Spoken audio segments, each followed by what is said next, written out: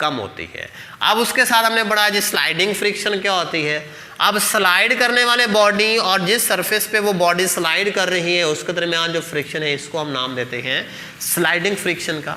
अब sliding friction ज़्यादा क्यों होती है, रीज़न इसके ये है कि स्लाइड करने वाले बॉडी के कॉन्टैक्ट पॉइंट का एरिया ज़्यादा होता है। अब इस एरिया के ज़्यादा होने की वजह से यहाँ पे कोल्ड वेट्स भी ज़्यादा होते हैं, और जब कोल्ड वेट्स ज़्यादा हैं तो जाहिर सी बात है वो फ्रिक्शन ज़्यादा प्रोड्यूस करेंगे, और इसमें जब बॉडी मूव करेगी, जब हम इस पर फोर्स लगाएंगे ज़्यादा फोर्स लगानी पड़ेगी। उसकी रीज़न क्या है कि ये बॉडी कोल्ड वेट्स को तोड़ के आगे मूव करती है। रोलिंग फ्रिक्शन में बगैर कोल्ड वेट्स को तोड़े बॉडी मूव करती है, इस वजह से रोलिंग फ्रिक्शन कम होती है और स्लाइडिंग फ्रिक्शन ज़्यादा होती है। तो ये था हमारा आज का टॉपिक। स्टूडेंट्स मिलते हैं एक नई वीडियो के साथ, तब तक के लिए अल्लाह हाफिज़।